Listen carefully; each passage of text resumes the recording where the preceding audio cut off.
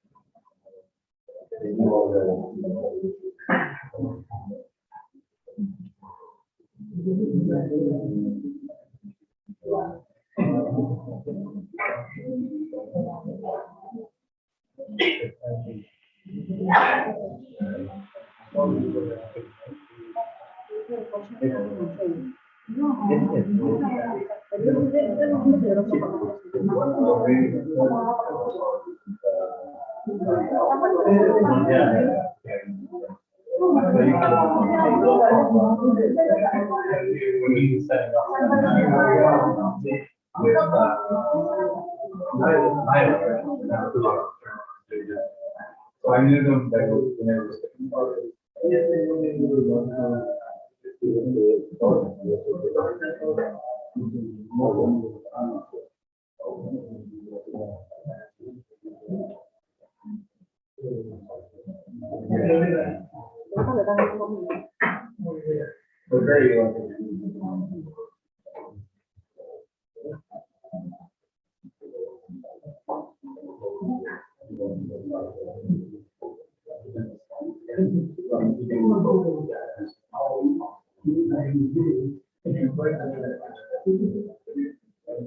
Yeah. There's only one that is on the fifth floor, it's unmovable. Sorry.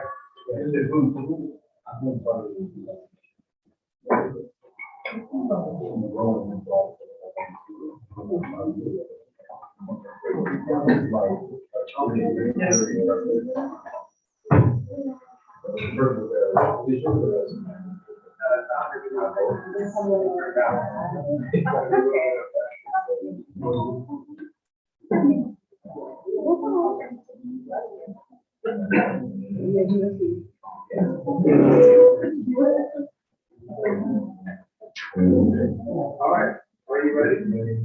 Okay. Sorry to be on the podium. So, you need to Okay. Well, thank you all for coming today.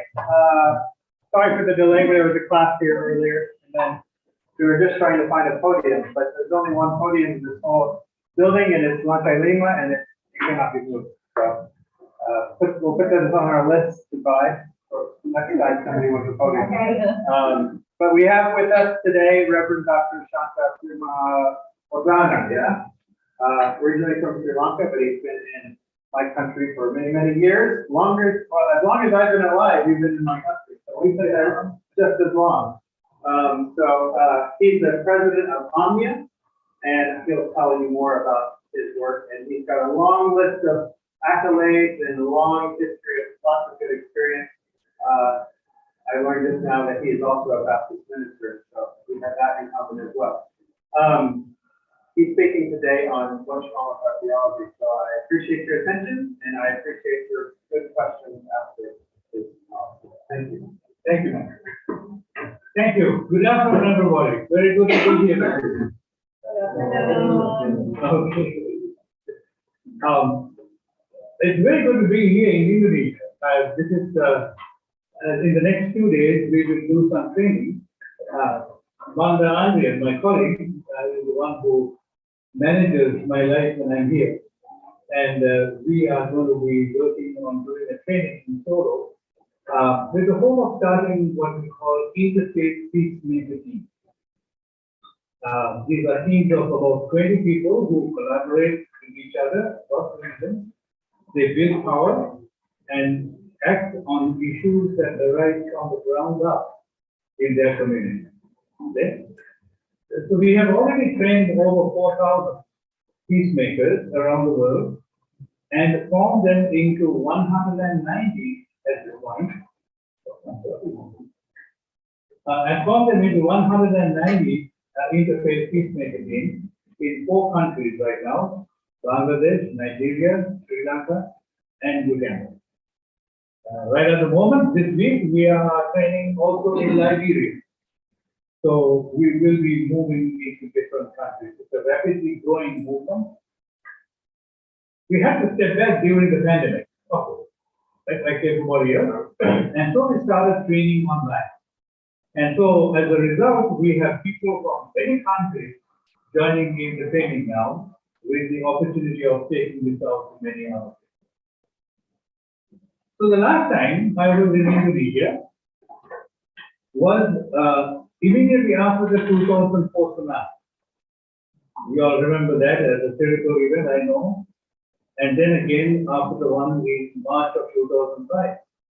I represented the US churches at the time and came under the auspices of PGI, the National Council of Churches, here in Jakarta. So we traveled to Banda Aceh and we traveled to Nias Island. I don't know if any of you all were actually, in those areas and this thing happened to you even. You were? No, but you know what an incredibly terrible event that was. The human suffering was incredible. On January 9th of 2005, the first Sunday that the Presbyterian Church of Banda Aceh gathered to worship after the tsunami, I was asked to preach. 50% of the congregation was gone. Everybody who gathered there that day had somebody in their family, their neighbors or friends were gone. Their homes were destroyed. Who would preach on a day like that? And so words are actually utterly inadequate.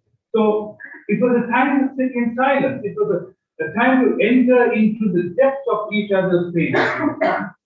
We listened to each other's stories, we cried, we prayed, with groans and sighs too deep for words. That was one of the most profound experiences of my life. It happened here in Indonesia. And I want to say, this is theology at work. I was living up to one. We're trying, this mic, either that mic is not working or this mic is.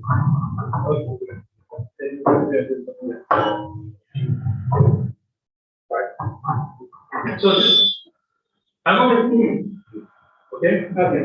I want to say this is theology at work. And I was living up to what would later become my organization's motto, Omnia's motto: listening to, learning from, and living in deep solidarity with those in the mind. listening to, learning from, and living in deep solidarity with those in the mind. So back in 1976, three Chicago pastors came together to say that seminaries were not preparing pastors to face the realities of the city. They learned to exegete the Bible, they said, using Greek and Hebrew, but they have no language. They have no language to exegete the city. And we offered to teach them. 12 seminaries agreed and participated in creating what came to be known as the Seminary Consortium for Urban Pastoral Education. Like the one you have here, a consortium of seminaries now, 12 of them. Our task was to put the students into the context of the city, to its neighborhood, to its back alleys, to bars, police stations, hospital emergency rooms, bus stations, homeless shelters, inner city churches, where they would listen to and learn from the questions and the struggles of the people in the city. Our students didn't begin their theology by digesting Augustine, Barth, or Rahner, those great theologians. They began by listening to the cries of the people. My house is destroyed. My family members have died. I don't have anything to eat today. I don't have a place to sleep tonight. They began by learning that they, the pastors, who are those who are supposed to help, are themselves helpless. Don't know what to do. There was very little, if anything, that they could do. They couldn't just say, I'll pray for you and go away. They needed to stay with the pain. And as they stayed, they learned that the most faithful response sometimes is to join the other in the cry of desperation in what might be today's version of, my God, why have you forsaken me? You remember? This is where theology begins. And its best theology is done by the people of the margins. They are the ones most in need of and are most eager to challenge and change the status quo and the structures that oppress, to those and turn them into things that liberate. A professor at Columbia University in New York directly chapter about the Spivak, if you know that name, Spivak, post-colonial scholar, wrote a seminal article called Can the Subalterns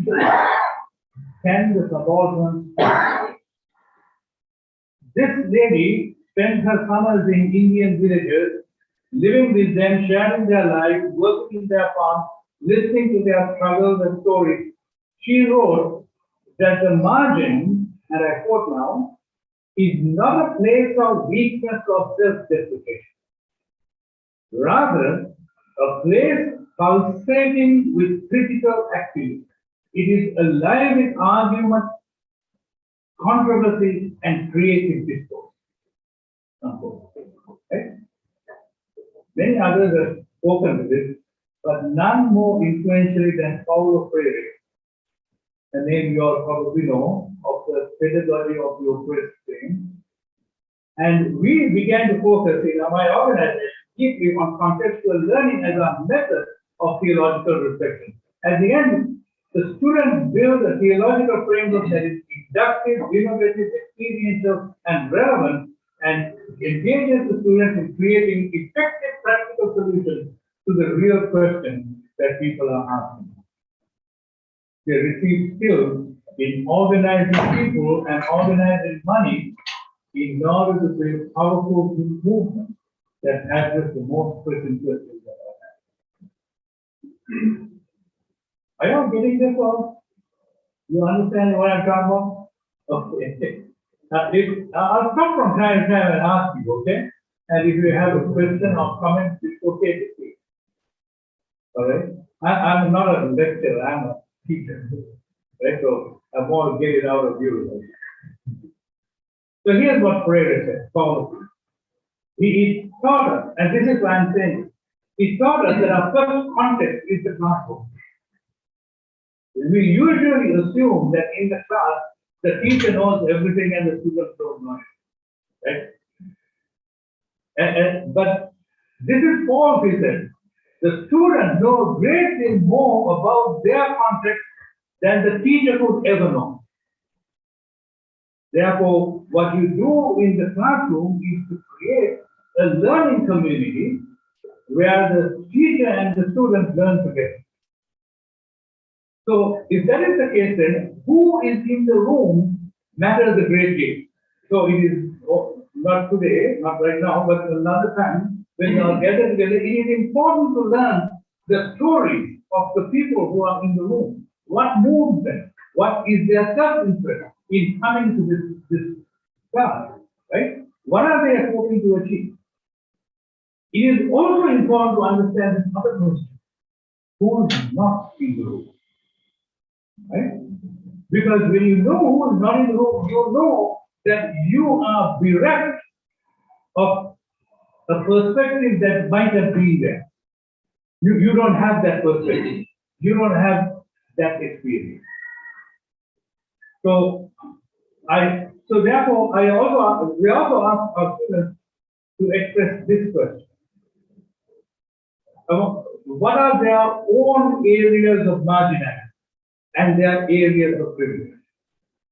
With the idea that we all sit somewhere between marginality and privilege. All of us, right? In some contexts, in some situations, we are very marginal. In other situations, we are very privileged, right? But most of the time, there's a certain marginality that we assume and a certain marginality that, a certain privilege that we assume. So the problem is, the thing here is that I want all of us, all our classrooms, to be able to identify the area of marginality that they represent and be the most forceful and faithful voice for that marginality. Because the people from that marginality are not present in the room. So we are bereft of their expertise and their experience. Therefore, all of us who represent that ought to be able to speak as forcefully and faithfully as it has been. So I said in my title that we are taking this towards a contextual epistemology. I mean, that's a kind of big word, isn't it? Epistemology, as you know, is the theory of how we know. Okay, it's knowing about our knowing. In my Christian formation, I learned that we are certain about something that we know. We know that. We are clear. We are certain. It's definite. It was revealed to our ancestors, particularly, and I want to say our colonial ancestors. And revealed knowledge really cannot be questioned, can it? It's revealed to us. So how can you question that? So, for example, the Bible was revealed to us. How can you question that? And then the ancestors also said, the canon is closed. And so all of the books of the Bible have been written and it's finished now. Now you can't add anything. See, one day when I was in seminary, I wanted to add a rather radical poem by Rabindranath Tagore into the liturgy. Right? They didn't like that idea. Because the canon is closed, the liturgy is closed. See, our seminary, I'm talking now back in Sri Lanka, our seminaries in Sri Lanka and India are accredited by a great institution called Saram Gopal, right?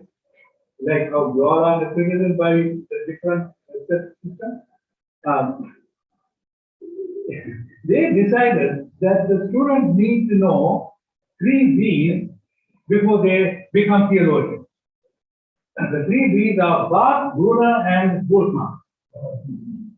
Who are these people? Wonderful theologians. They are all European. Okay? If you know a little bit of Schleiermacher and Luther and Wesley, that's also good. Okay? So when I graduated from the ecumenical seminary in Sri Lanka, I was very proficient in European theology. I could tell all of the things that they had written about us. Now I lived in Sri Lanka in a predominantly Buddhist environment, right?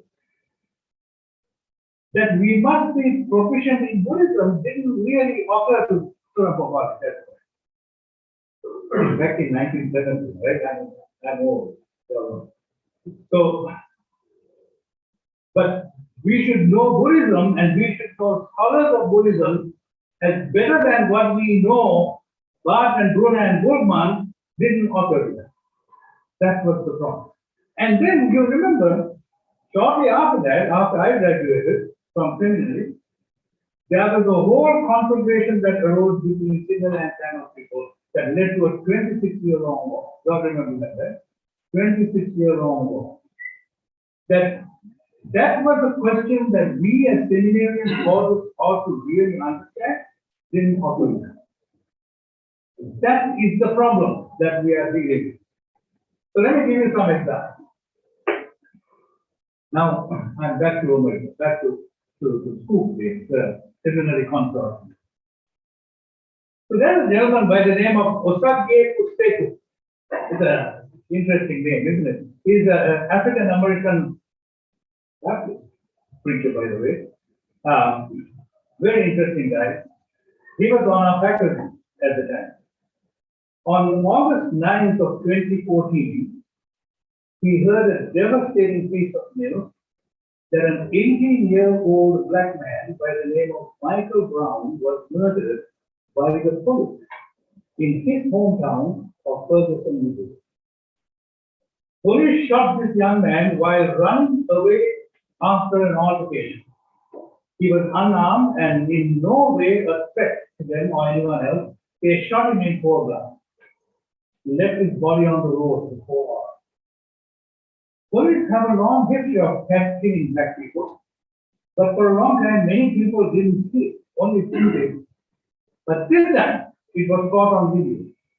See, these days, people have smartphones and Facebook and Twitter and everything to express, and very quickly there were protests all over the world.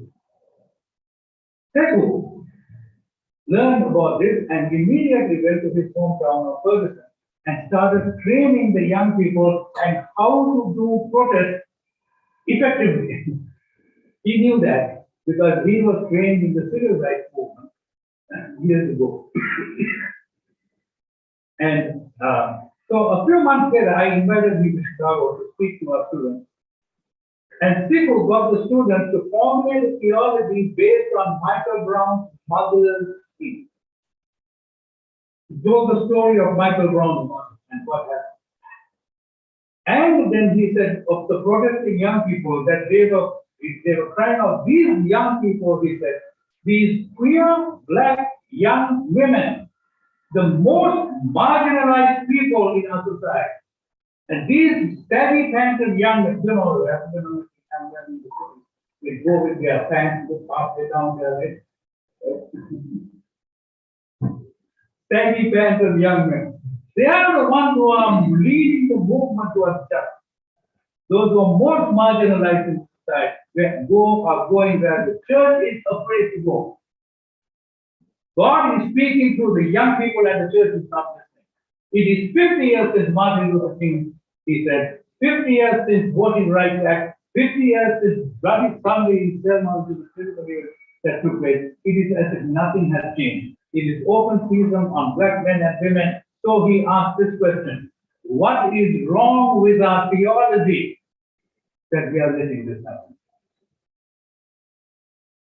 So that question is important, that framing. That puts the onus on theologians. The problem is theologians, theological educators, preachers, for not privileging the contextuality of the streets of Ferguson and Chicago and must I say Jakarta. Christian theology, framed in the European Enlightenment, has no capacity to take seriously the civil rights movement of 50 years ago. Nor do the churches formed by such a theology have the capacity to even begin to understand the desperation that the young people are feeling. If they did, would the churches even allow the atrocity of today's police brutality? This requires a paradigm shift of theology. because theologians are taught to hold a received tradition of theology as sacrosanct, as sacred. So that day when Sekou was preaching, we had a German church executive in the class, a Lutheran church executive from Hamburg, Germany. Following his presentation, she made the following comment. She said, about 80 years ago, Germany experienced the horror of the extermination of 6.5 million. She reminded that it was baptized Christians who were perpetrators of this terrible evil.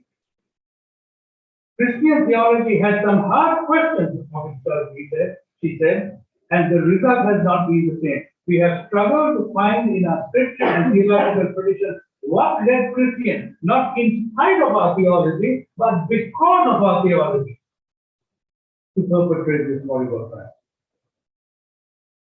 German theology, she said, is put to the test today as Germany struggles with the massive influx of refugees.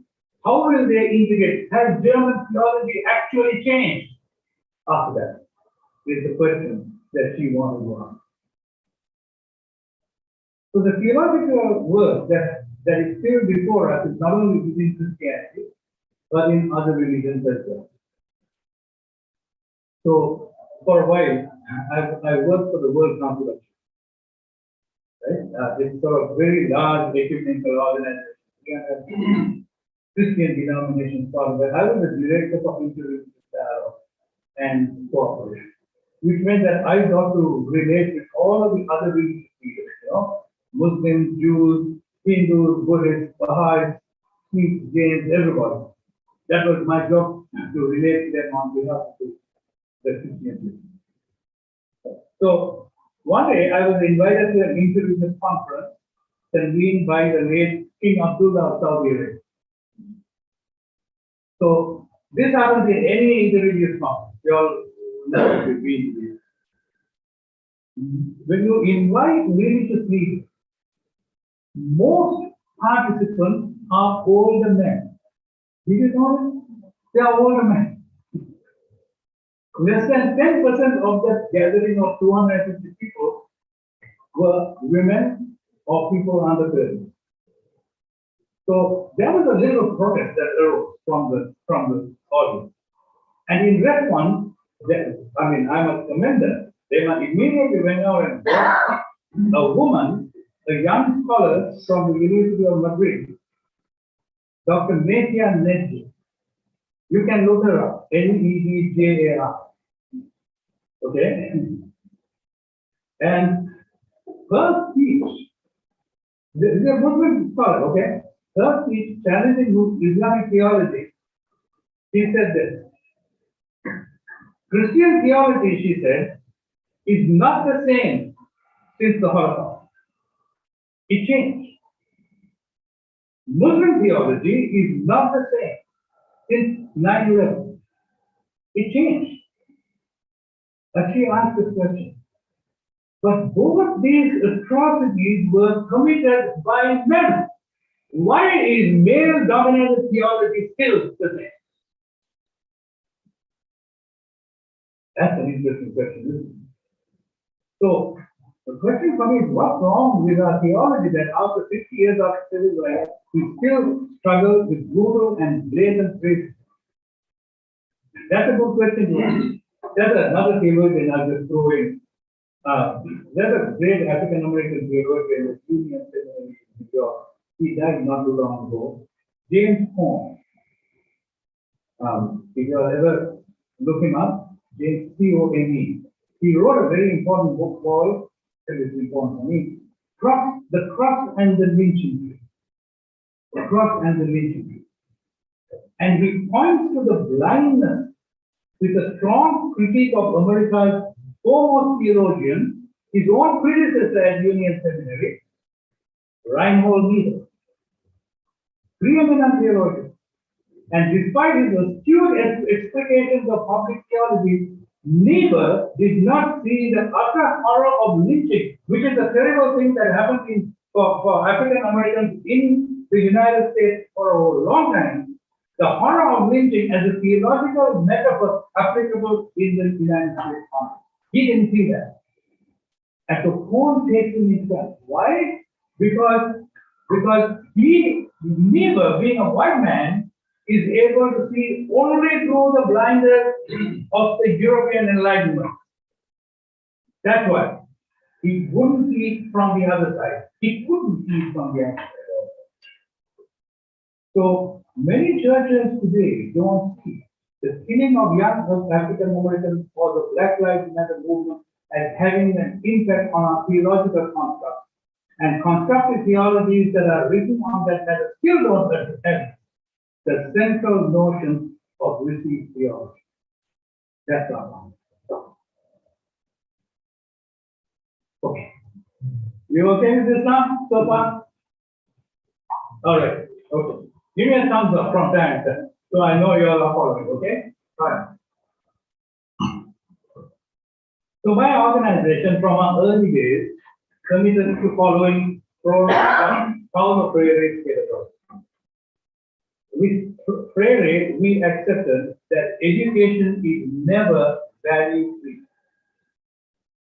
That our received theology is forming us into a certain kind of obedience to the empire, whose values ignored those who were in the past. It was clear to us that if theology is to have meaning, we need to shift the paradigm that the context must always be the starting point of theology. So I tell our students, when our students come after a little bit of English, we put them out into the street right away. They might will understand that typically some of these classes happen in January. That's thing called theater. Right? And we are now in Chicago. Chicago is incredibly cold. You wouldn't believe it. You would not understand how cold it is. Right?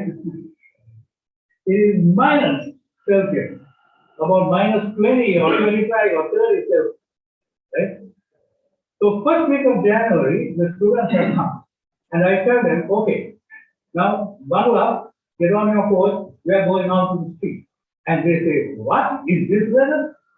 It's 2 feet of snow on the ground. So, you know, there are people who are living on the street in this weather. People who have no place to go. You can go and spend an hour or two experiencing what they experience every day. You're not going to die. So get ready, we are going to go out. But I say to them, whenever you go and visit people, you should know that you're not getting the full story. Right? You go talk to people and you ask what's going on and all of this. Why should anyone tell you? Why should anybody trust you to tell you? They don't know you. You don't live in their neighborhood. Okay? You come from a place of privilege. They look at you and they know that you come from a place of privilege. Right? So they don't trust you. Why should they tell you? But even if they do, there's a bigger problem. You have privileged ears and you have privileged eyes. You don't get it, even if they were to tell. That's the problem. The privilege they take with them is also what I call the Eurocentric in which we are all trapped. Christians. I'm not talking about Muslims. Christians are trapped in the Eurocentric. Muslims will have to think about how they are trapped as a different. Okay? Because I think this as a Christian. At Cook, we call it the white normativity in theology. White normativity in theology. It is a paradigm in which we are all caught, or like a cage in which we are trapped. Which is the different seminaries that it is absurd that they use Eurocentric white theologians and biblical scholars when there are lots of African, Asian biblical scholars and theologians that they can use. So we specialize in the using of those theologians in Africa. Yes, this is important. What's really important is that We prioritize listening to African and Asian theologians, and Indonesian seminaries need also a full-blown Indonesian theology. But that's not enough. Here's another problem, okay? I'm telling you all kinds of problems. I'm sorry, but topic is what's the problem, right?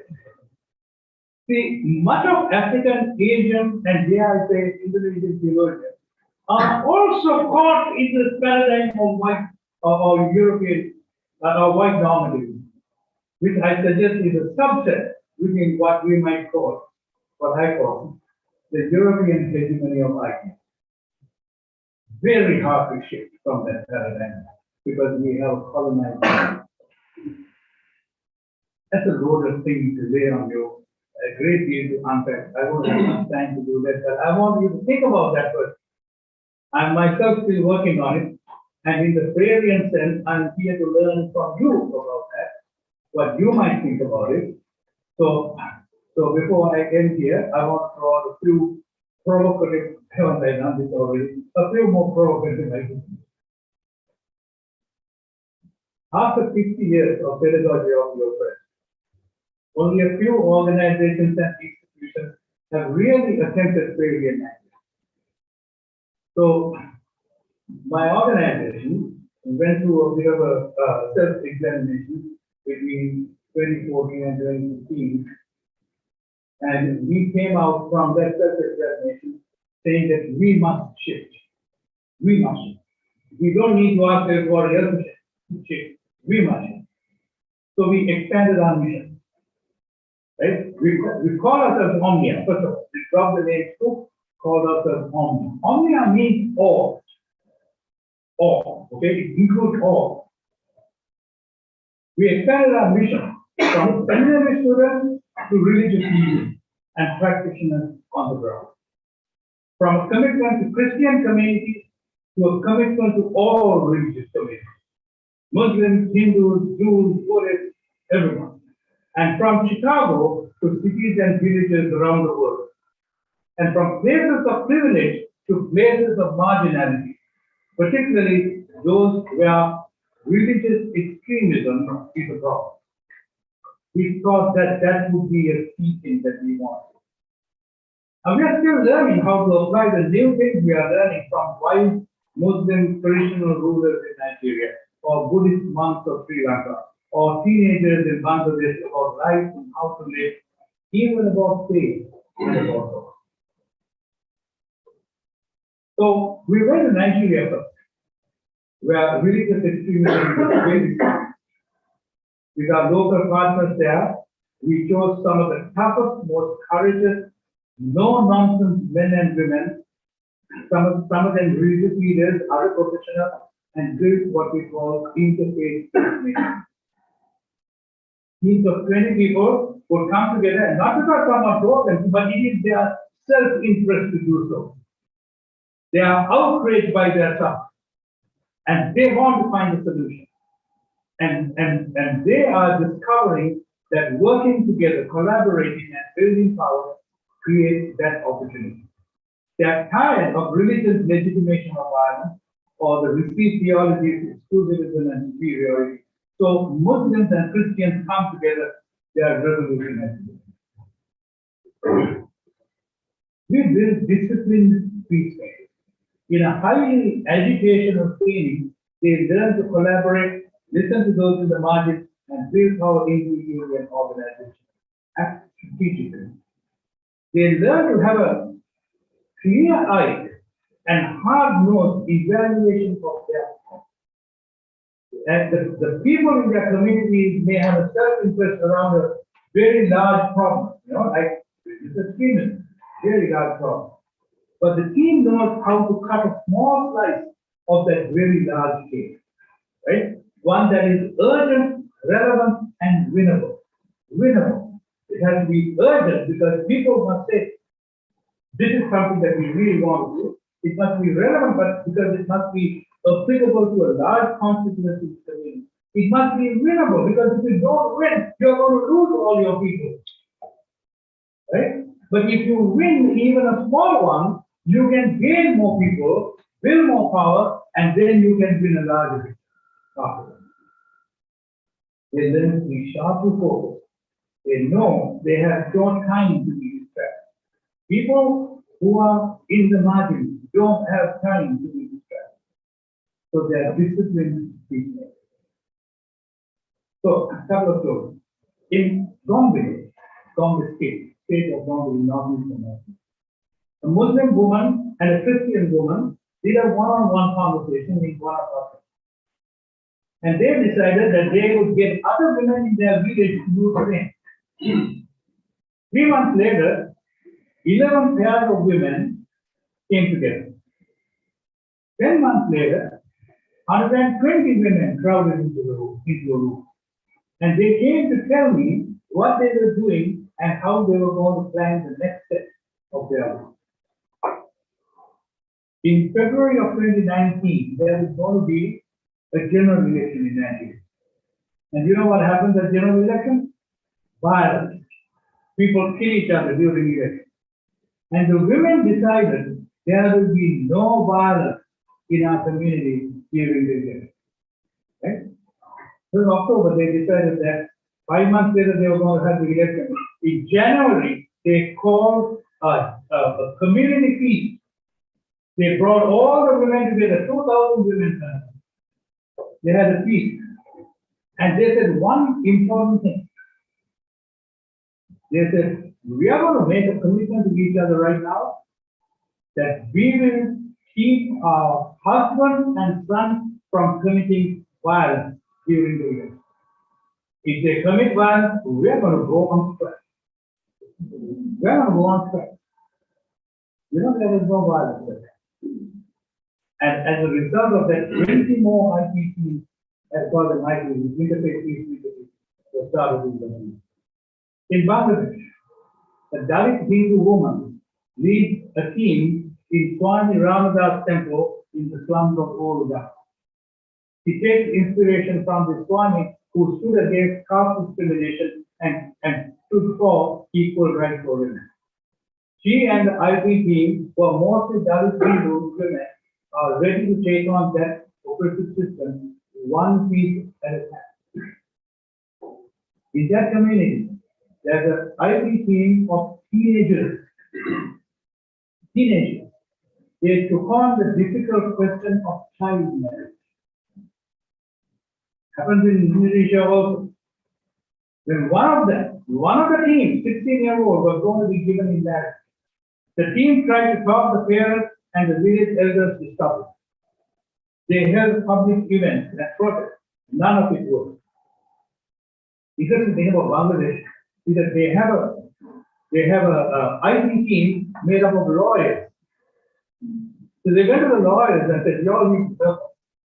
So the lawyers went to the parents and said, you guys, parents, this is illegal what you're trying to do. So you do this, we are going to sue you. That was the end of the story. Right? Then what happened? Then these teenagers, they were, I don't know about here, but in Bangladesh, in many other places, there are sexual predators. You know that. You know, if you are living in the village, you know who that. So they devised a system. They gave each other, all the team members have whistles. And when they see one of these people, they whistle and everybody comes together. And they come together and surround the man and they clap and they dance and they sing and accompany the man outside the village and leave him. Very soon, the whole village gets to know this guy is a sexual predator. Right? This is teenagers who are doing it. And then when the epidemic happened, Sri Lankan IT teams decided that they want to build a home agriculture project. Right? Because many people in our team in the market, they are daily wage earners, If they don't get to work, they don't get to eat. Their families don't get to eat. So, in order to address this question, they said, we need to help people build homes on. And so they went to the Buddhist temple. Buddhist temple gave them 18 acres of land.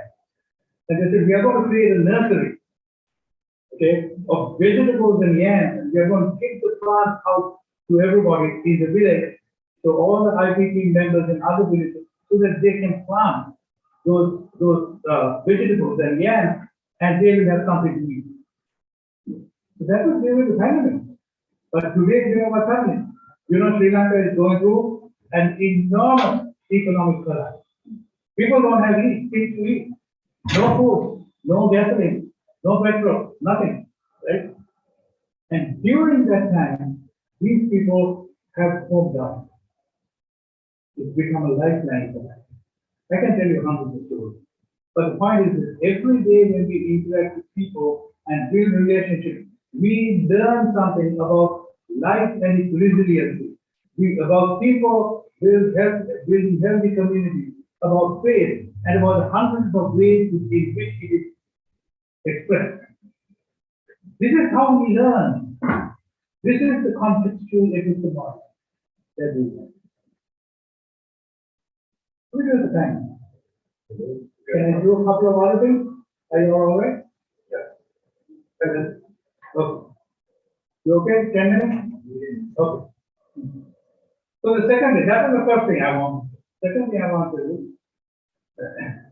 See, the first thing I want to do is that in order to get away from the paradigm of received theology, we needed to go to the market and start from there and learn how people live and how they can work together in knowledge.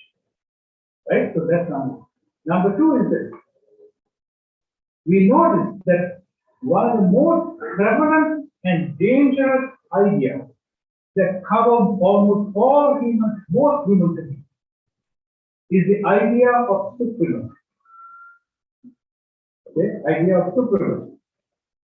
While it is not possible to entirely lay this on European ideas, it is not arguable that colonialism reinforces and Christianity legitimizes around the world. Supremacy, received theology has three attributes, as I understand it. And I'll get to that. Supremacy is one of those three attributes. It is the idea that our way, my way, my culture, my lifestyle, our institutions, our education is better than yours. Right? So you should accept our way of doing. The idea of supremacy is attractive. It has tangible benefits that come from from the idea. Okay. This idea of supremacy is bolstered by another attribute which is called exclusivity. Exclusivity. This is the notion that my religion is the only true one. Right? Mike and I know this very well because ours is the only true one, right? So all of us have this idea at some level that ours is the only true one. Therefore, I'm going to heaven, you all are going to heaven. Therefore, you better convert to my religion. That's called exclusivity. Exclusivity makes us intolerant and arrogant and creates conflict. It is a sickness that affects both Muslims and Christians, even though both religions, both Islam and Christianity, have such great theologies and words of our founders, of Prophet Muhammad, peace be upon him, and Jesus Christ, who said, and written boldly in our scriptures, that we must love our neighbor as ourselves, that we must recognize the amazing diversity upon which we are created. This is how Allah created us. Received theology, so that's number two, there's another one. Now this one might be a little controversial, that I must tell you that anyway, because my job is to create a problem. Right? Received theology has a third aspect, which is called binary identity. Binary identity. The idea that if you are a Muslim, you cannot be a Christian. Or if you are a Christian, you cannot be a Muslim. In marginalized communities everywhere that I have been, Muslims, Christians, Hindus, Buddhists, Jews, Jains, Sikhs, and many others share their life together, including their religious life, including their religious practices and beliefs. Look, I grew up Christian in a Buddhist family. It is okay to call me a Buddhist Christian because a lot of my Christianity is laced with my Buddhist understanding from my upbringing. In the same way, Christians, I know Christians who pray 5 times a day. I know Christians who prostrate themselves in prayer, like Muslims do, and fast during Ramadan, in solidarity with their neighbors, and so on and on. And Muslims do the same way the other way, same to the other way around.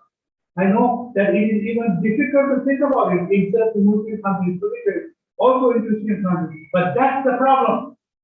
The powers that be, the people in power, the government, the institutions, the businesses, everybody, the powers that be like it when we are divided, when we have binary identity, they can hit us against each other. Right? But if we are working together, they can't make us fight. That's the big deal. So at Omnia, we called ourselves an anti-supremacist organization. Anti-supremacist. Different from non-supremacist. Right? Non-supremacist is to say, well, we are non-supremacist in what we do and say. Anti-supremacist means that we are actively working against the supremacy. Okay, third thing I want to. So the first thing was about you change the paradigm by going to margin. Right? The second thing is about being an anti-supremacist organization. Third thing I want to say is about two currents in the European hegemony of ideas. European hegemony of ideas. European ideas are obviously all over. Primary among them is what we call neoliberalism. Neoliberalism, this notion that laissez-faire, unregulated capitalism is the norm. I must almost say neoliberalism has won. It is almost like that. It is such a terrible situation. This idea was gained popularity in the 1980s during the Reagan-Thatcher era. The fall of the Soviet Union was an obvious win for democracy, but it was interpreted as an obvious win for capitalism. Bill Clinton's administration in the 1990s placed it to the fifth. Trump deregulated everything. During the pandemic, he watered down the Center for Disease Control, pandemic regulations. So that as if business didn't need to follow these as rules and regulations, they can just do it as that. Climate change regulations are gone. They were gone during that time. So are regulations around education, housing, food supply, you name it. Everything will be regulated. He thought that corporations can run everything and they don't need to be regulated. That is neoliberalism. This is not about, in America, you have this, Republicans and Democrats. This is not about Republicans and Democrats. Democrats are also the same thing. They all do it. So two characteristics of neoliberalism. First is the notion of inevitable progress. History moves in a linear direction towards the utopian end. Christian theology affirms the whole European Enlightenment idea of linear progression.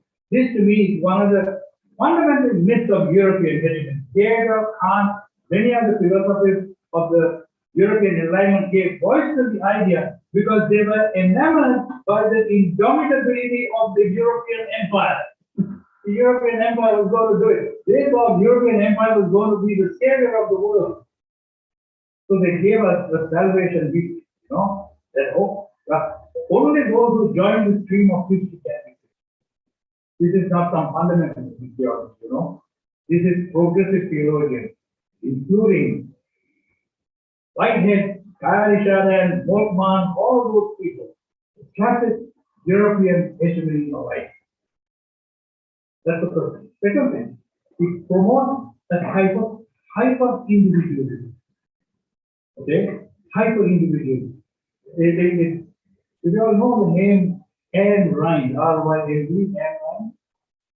The social theorist who wrote popular novels. to get the theories of hyper-individualism. How selfishness is good, greed is good. Those are the theories that are going on today.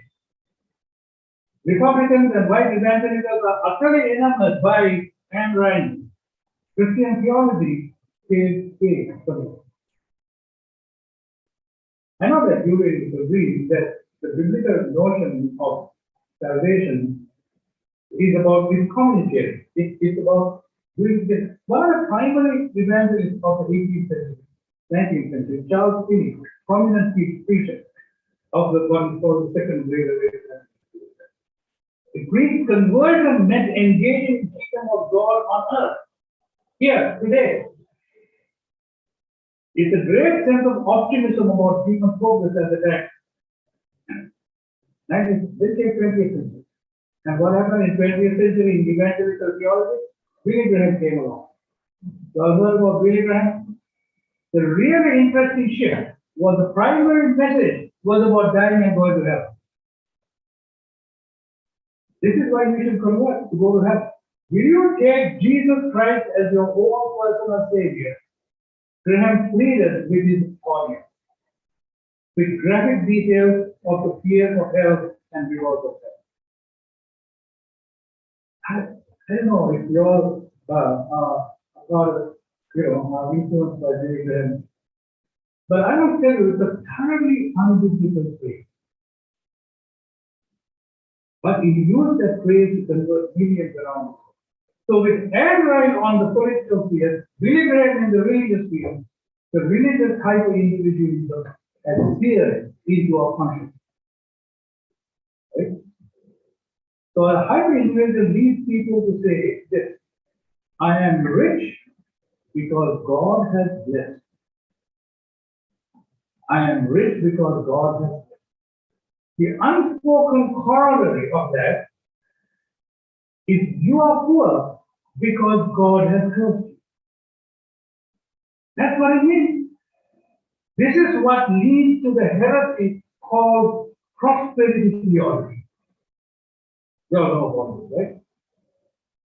So we shouldn't be surprised that 81% of white evangelicals voted for Trump. After about 40 years of prosperity theology, they found the one who is the pinnacle, the poster boy, the best representative of prosperity theology. Those who believe in this kind of theology, that believe that Trump is the most blessed, the most favored man from God. I'm telling you, that's real. So I wanted to break through the paradigm. If you want to break through the paradigm of received theology, and even deeper than that, the European delivery of ideas, and find a way forward for a contextual epistemology, the way to do it is this, I want to do. We got to learn how to listen to, learn from, and live in deep solidarity with those in the world. That's it. If you remember that, listen to, learn from, live in deep solidarity with those. So we build these things, and we are doing it all over the world. And hopefully we are doing it in Indonesia also. And I want to invite you to be a part of that. Thank you.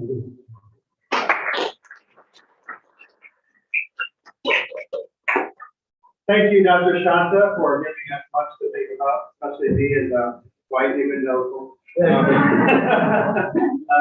you know, Billy Graham was also a Baptist minister, so we have Baptists fighting Baptists here today. But that's a good thing. It's always good to be retrospective about what's wrong with our thinking, what's wrong with our theology. And for many of you, coming from a theological studies background, religious studies background, currently studying religion or culture, many of you will go to the margins. And in your field work, you will learn and hear from those who are the most in need in our community.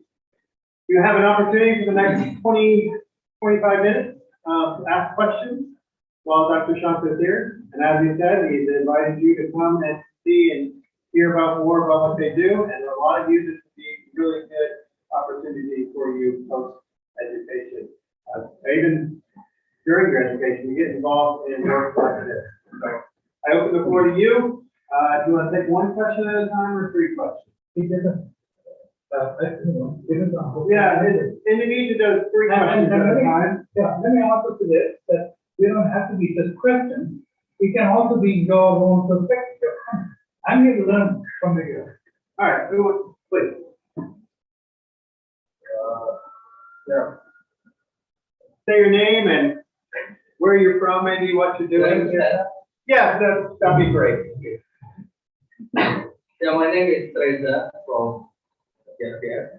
I study physiology in my and I'm very interested in what you have been teaching us because in my experience when I was studying in my theology study, I also was involved in an organization. They're very concerned in social theology, liberation theology, and all that. They use Marxism as the foundation. And then, but when you talk about the linear thinking of the Western thought, then I remember that time, and I realized just now that also in Marxism we have very linear pattern of thinking, and that has been that has sparked an idea for maybe my study later. But yeah, that's what I want to share. So maybe yeah, this has been a very great experience for me because although I have been in socially involved theology, even when I thought that I have been doing the right thing, but some things are not on the right point from deep inside the doctrine itself. So that's it's very important for me. But I have two questions. The first one, how do you balance the rhythm doctrine, the dogma, our creed, that is essentially not from our place, with the context from the place? So how do you balance both? And then the second one, I want to know if you have find any resistance, any anti-supremacist movement in your experience, especially if it comes from religious groups. If you have any experience on that. Thank you. And that's a complicated enough question that you can have a response. Is it working? I don't know. Okay. So that's a very important point. Marx also came out of the European enlightenment. So we remember that. Now I can say that. So because I like this. Is this thing? Yeah, you're good. You're good. It's got a wide angle. Okay. Oh, it follows you. All right. So, so the other, the thing is, the question, first question that you asked, The question, how do you balance the rhythm doctrine? yeah, right. So we talk also about liberation theory. And one of the important things that we learned from liberation theory is following Freire, that all theology is contextual. This is what this is. All the great theologians of the past wrote to their context. Okay, so all Augustine, Barth, and Rana, and all those wonderful people, Schleiermacher, Luther, and with all those people wrote from their context. And so when we read them, we should ask, what was their context that they were writing from? Right? Otherwise, if we simply take them as authoritative for us, we are completely missing the point, because they were writing their context. We need to take that principle, just like how you do in scripture. Like even in scripture, you want to ask, what was the context in which this was written? And what was the author trying to convey to his audience or her audience? And then to be able to say, okay, what principle can I take from that and apply it to my life? That's the yes, of course, and yes, there is resistance, and resistance can be mitigated this way. A lot of the people that we work with are religious leaders themselves, like you, right? So the thing is that all of the religious leaders who've gone through seminary, Muslim or Christian, Buddhist, any of them, have already had some questions in their mind about what they have learned.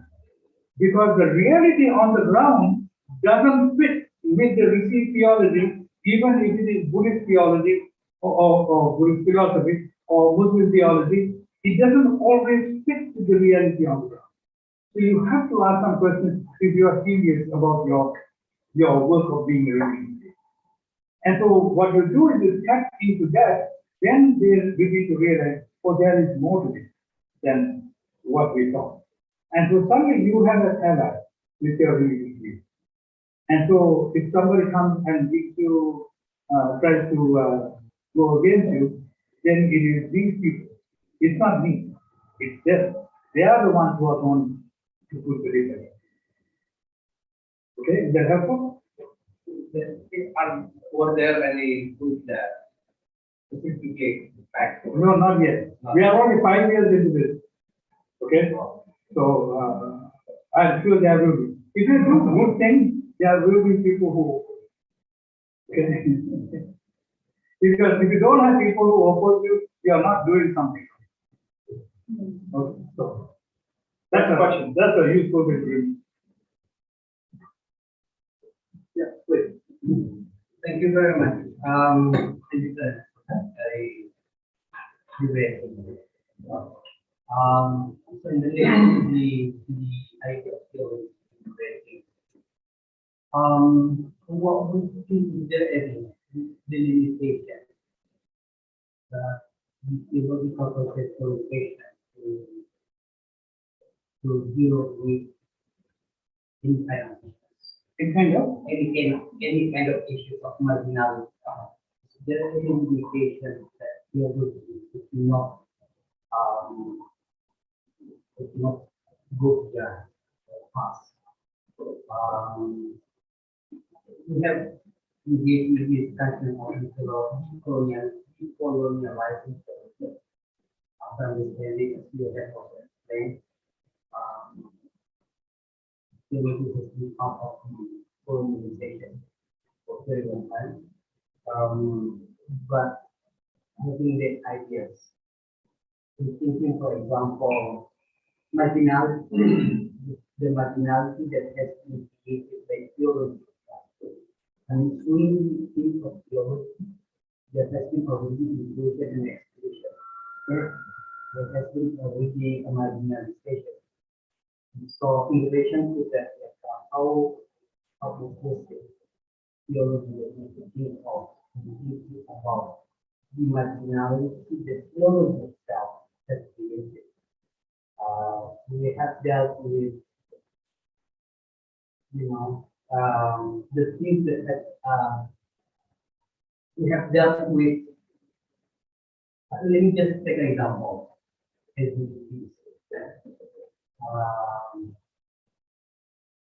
Atheism and others. So how to think of that? That for some and atheist, I will also approve to that. Those that people call partly created or theology. Theology, Christianity, Islam, and other theological religions, somewhat descended from that.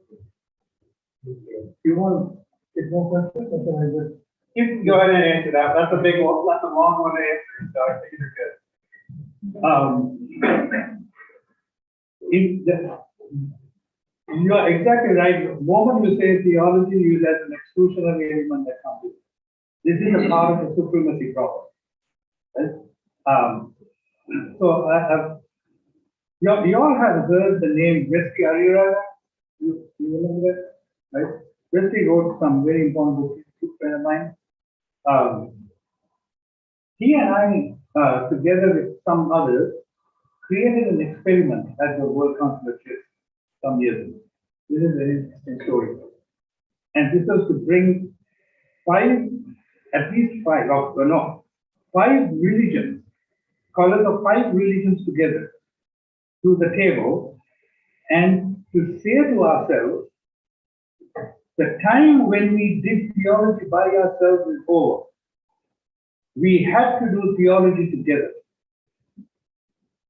See, Mike, we thought those days that Baptists were the only ones who could do theology. Then we realized that if we include the Presbyterians and the Methodists and the Anglicans and the Catholics, we may have a richer theology, right? Now we began to say, maybe we must include Muslims and Jews and Buddhists and Hindus into doing our work of theology. We ran that experiment for 10 years and published a book out of that as well. It's called Religious Conversion, Religion Scholars Thinking Together. So, anyway, the point is, here is an attempt to expand the table, right? So, theologians have often attempted to expand the table, like this experience. And so, today we have to think very differently about who does theology.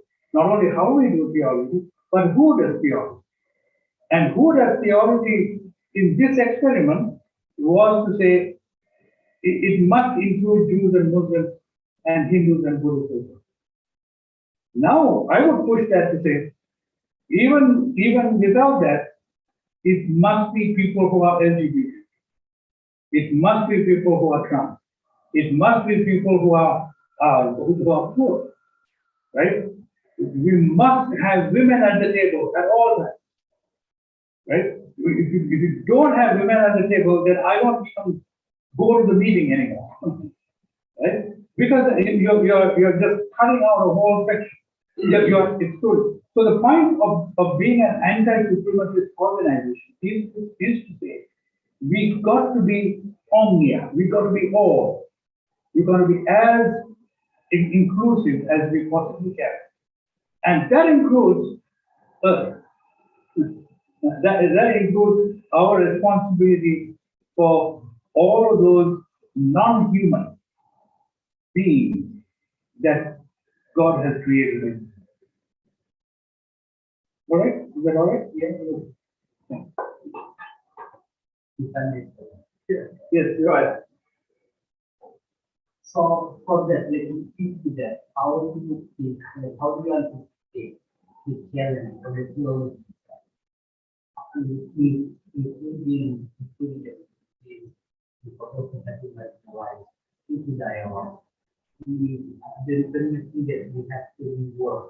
We have to what? Rework. Yes. Rework and theology. Of course. So what do you anticipate as the challenges of the reworking of theology? What I talked to you about for this last hour was the reworking of theology.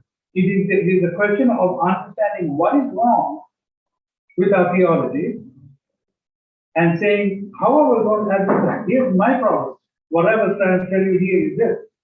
We are so caught up, our minds are so caught up in the paradigm of received theology. That's why I'm making the distinction between received theologies and contextual theology. Or on the matter of received theology, a broader sense of the European hegemony of ideas, all of that umbrella, right? So what I'm trying to say, what I'm trying to get at is, it's so hard to get beyond that paradigm.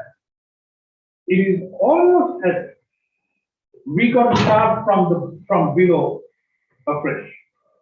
We have to go to people and ask, when you experience a tsunami in your community, like in Bangladesh. What is your faith about? Where is God in that? Or is there a God in there? Right? That's the question that begins our theological effort.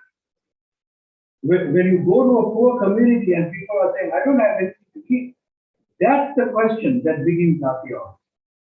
It's not the question of, you know, a creed, like I believe in one God, maker of earth and right? That's not the starting point. The starting point is, I don't have food to eat today. My family is swept out into the sea. What am I going to do? That's the starting point of it. Now you have something new. And in that conversation, you need Muslims. You need Hindus and Buddhists in that conversation. How can you not? They are taking the same problem.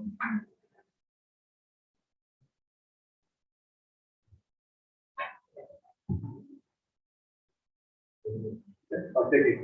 Well, first of all, thank you very much. It's a presentation, this is my voice. This is on 80%. Yeah, you mentioned about I guess,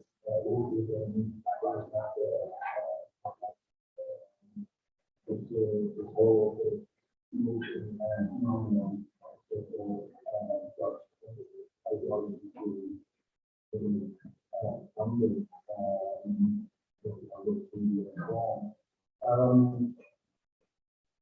within that context, and I think that maybe the problem is not God, maybe it's greater than God.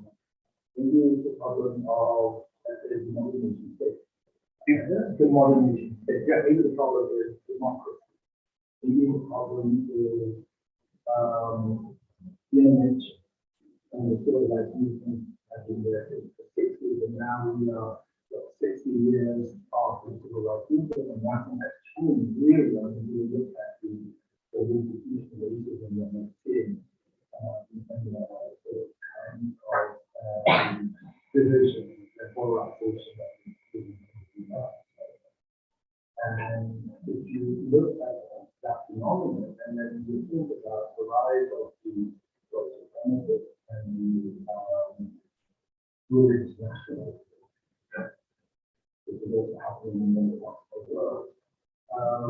And obviously that has a lot to do with kind of theology that the white the law is what we identify and question have in terms of how they view that, how they perceive their own position in the current society. So I would like to second one is I feel like in Islam here in India, we have tried to contextualize our Islam, saying that we have to define Islam, Islam with a lot of small levels, first to find Islam with agents upon the freedom of the but that model has really and we have now seen a lot of what something like algorithm identity to a and the problems that go with that. So there has been a chance to be a systematic and a quality on this.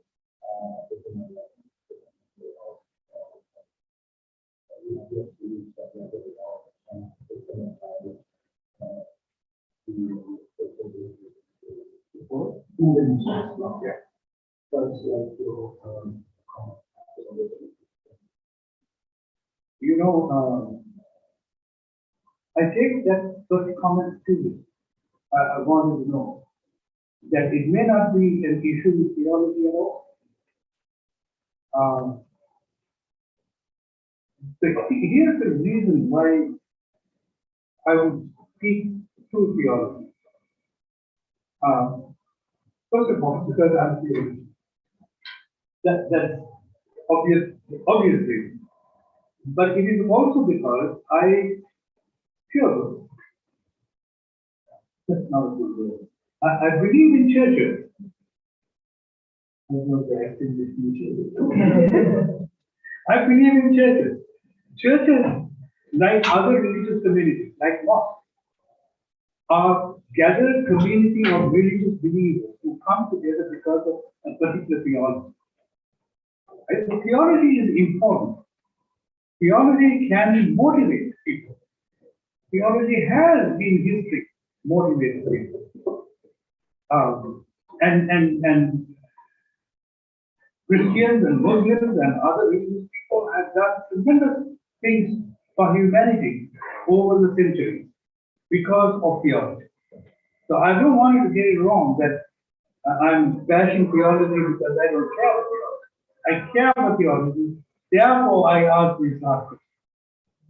So, but it is quite possible that the issue is no. What I was going to say is this. So, because they are gathered communities, they have a lot of power. Okay, in my organization we define power two ways: organized people and organized money. That's power. Religious communities are organized people, and not only are they just organized people, typically on a Friday afternoon or Sunday morning, one person gets up in front of them and says something like, "This is what is God's will for you," and people try to follow this.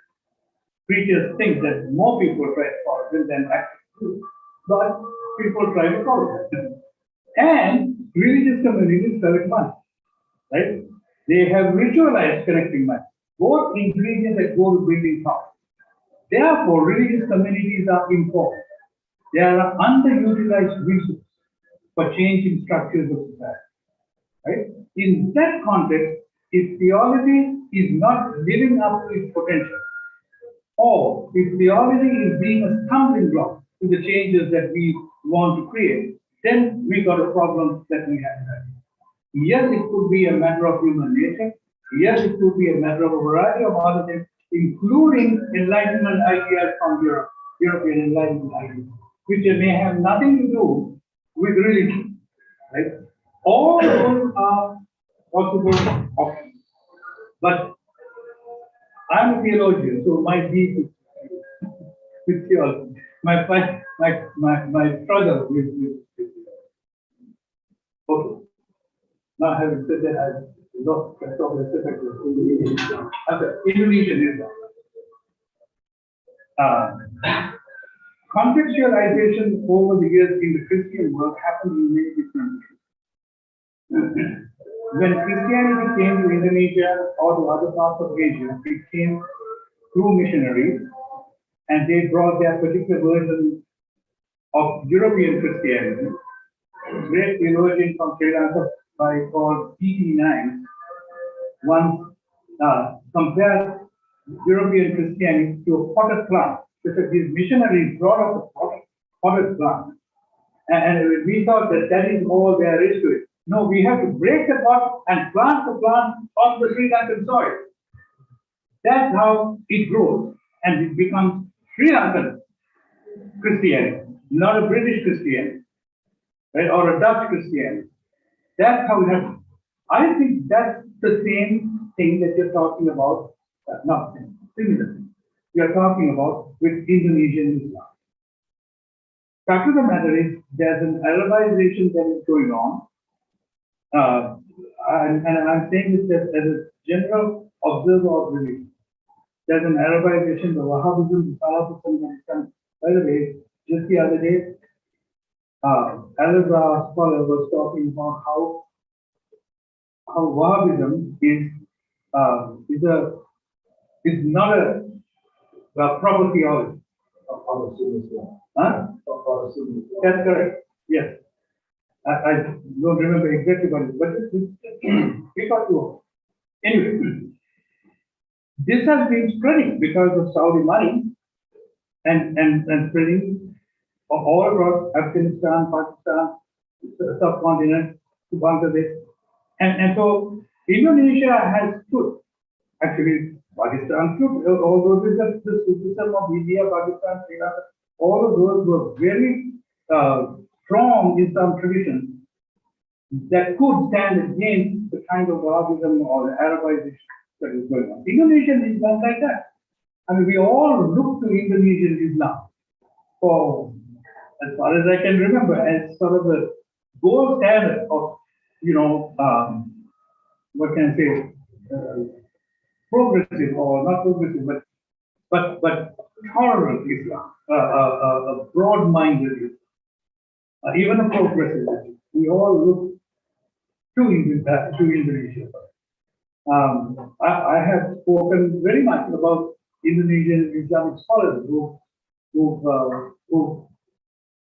been shining lights in this field. So I'm very grateful for that. This is true, this must be true for Christianity. So that was the early part of the contextualization movement, but now we are taking it a step further and talking about how it must come not from the elite level, but from the bottom, from completely from the bottom. All right. Thank you again, Dr. Chandra.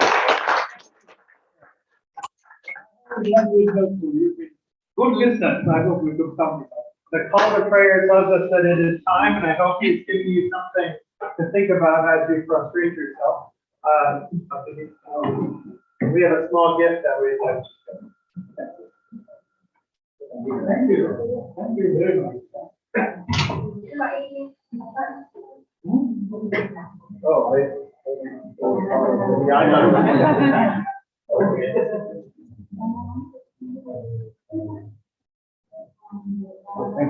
Thank you very much. Thank you. Good job. Okay, for those of you, Abdi is here. Abdi is inside of the. All right, for those of you here and those who joined us online, next week we'll have Dr. Rachel Ronaldo from University of Colorado Boulder. She's a sociologist and she'll be speaking on divorce and Muslim women empowerment here. So be here for that one. All right, we'll see you next week.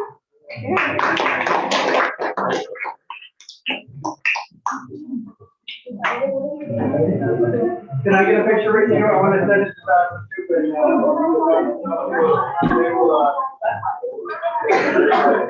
They both.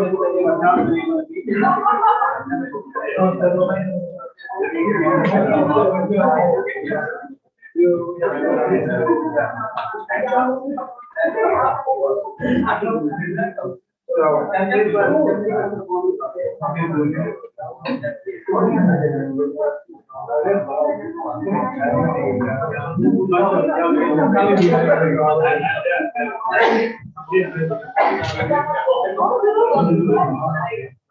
they